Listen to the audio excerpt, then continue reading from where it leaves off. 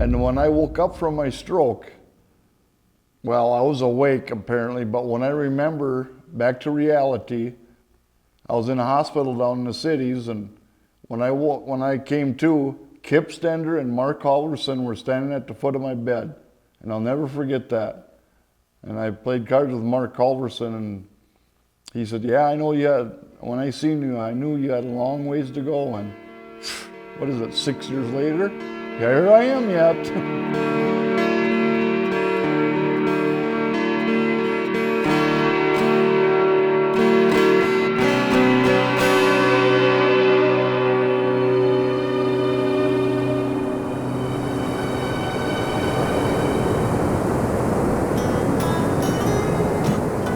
My mom. She was a gardener, she was a hunter, she was a fisherman, and all of us loved to hunt and fish.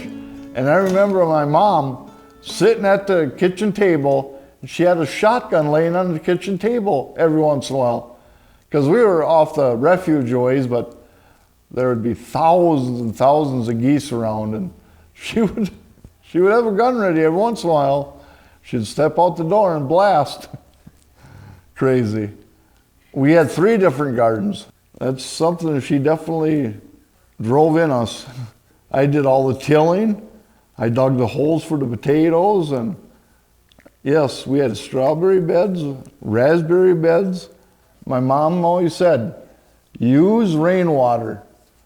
And Eric Shelson told Eddie, he goes, yeah, John Koloff, he said he can put on 1.5 inches of water on his ground with his automatic water, and he said that'll keep it alive. And he gets 1/2 inch of rain, and it does wonders.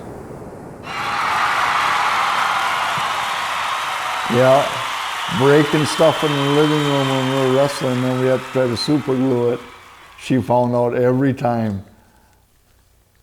Oh, there were the days. 1985.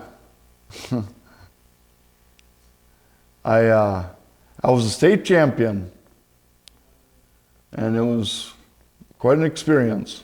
My junior year, I took second, lost in the state finals, and then my senior year, I won it. So my brother Kent was the first one to go to the state tournament from Madison, and I was the first one to win it. So that's kind of a good accomplishment between the Weatherford brothers.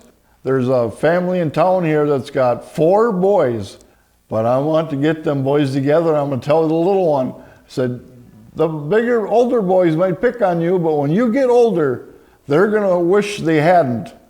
Because my brothers used to pick on me, and they can't anymore. Well, they can now again, but they don't.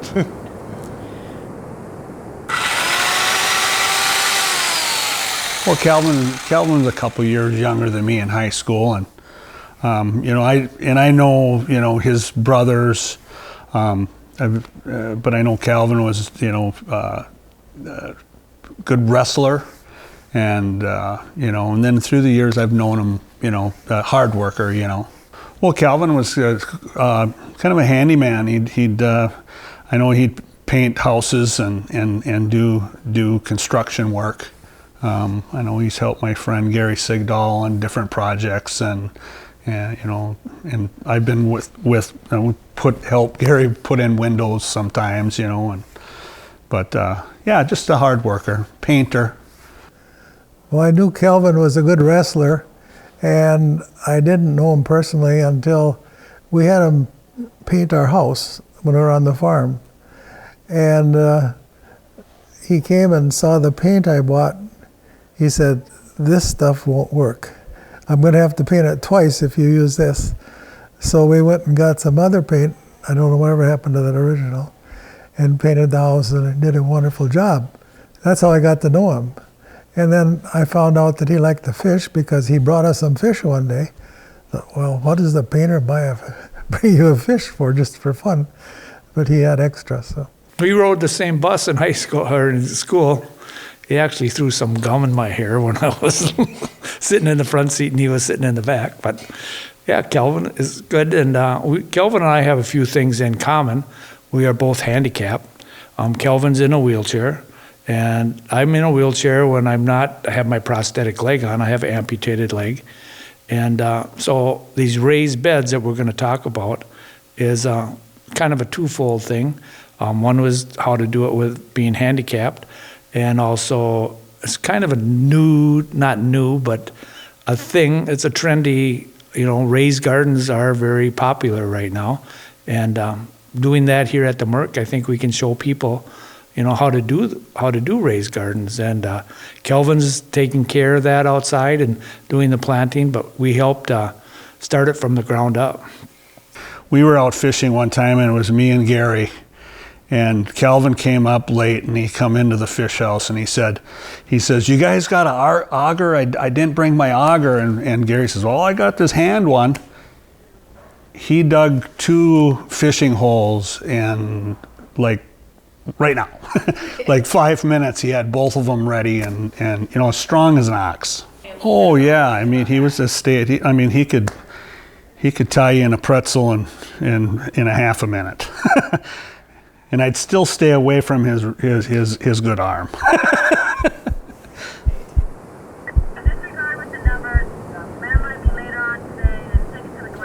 Well, I know that the guys were up fishing up north, and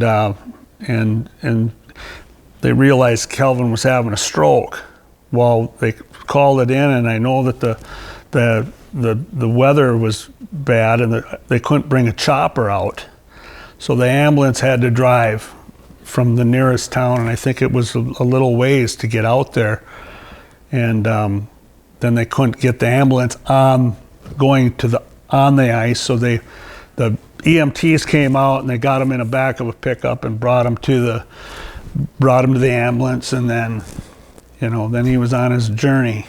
I think he woke up in Minneapolis or something like that, and I know he was in a coma for a while, So I mean, long road.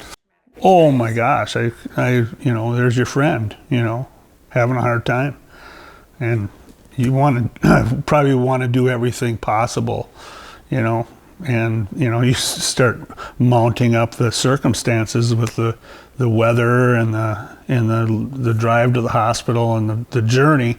It's amazing we made it. So power on, yeah.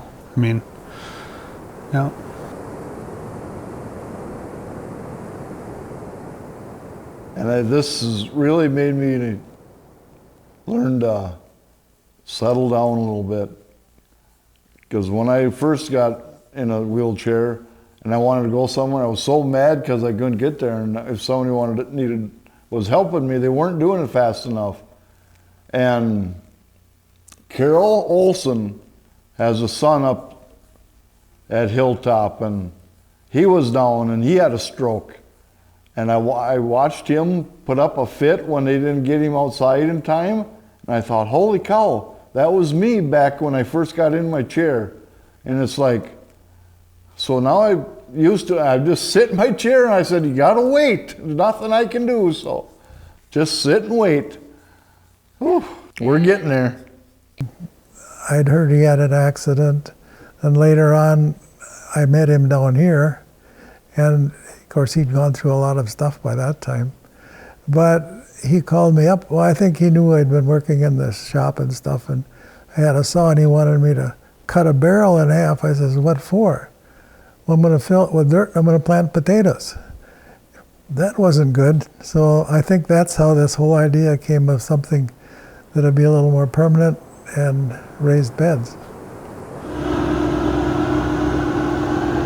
He was talking about, raised beds and this and that. We were playing cribbage, and we started talking about fundraiser.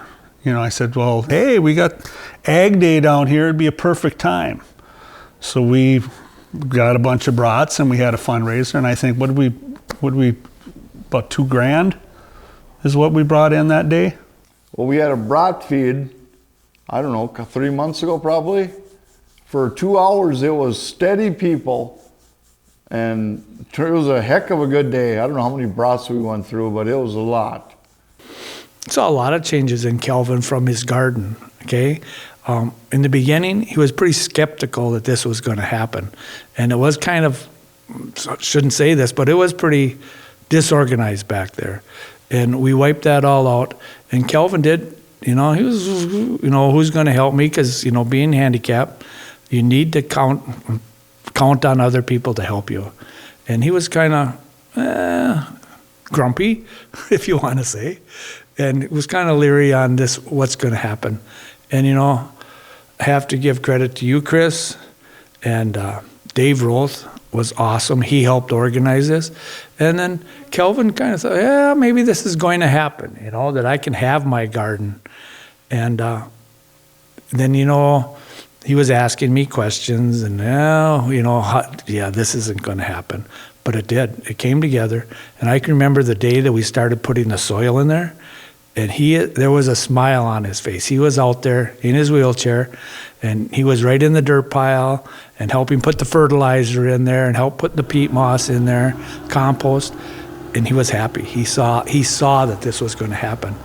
But he grew his own plants, most of his plants, in the backside of the Merc here, and he planted those in there. And he even called me that day that he had planted. He says, I got my onions in, and I got my tomato plants in, and the attitude had completely changed. And then, when he starts getting tomatoes, harvesting, he even called me again. He says, this is great. And he did. He said that, this is fun and great. And you know what? Being in a wheelchair, and I'm in a wheelchair, and he could do it himself. That was a big thing.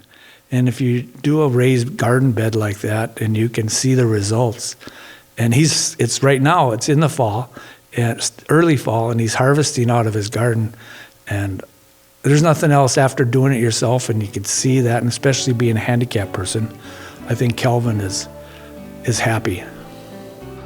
You have to be strong to be able to get through, what Kelvin has been through.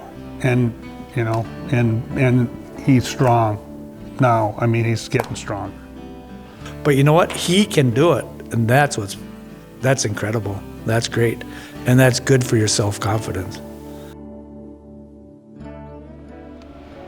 Everything gets a little drink.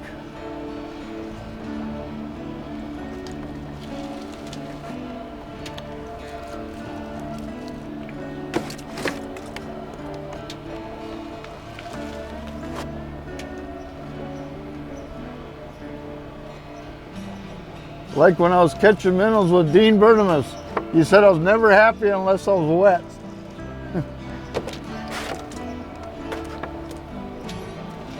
That sounds about right.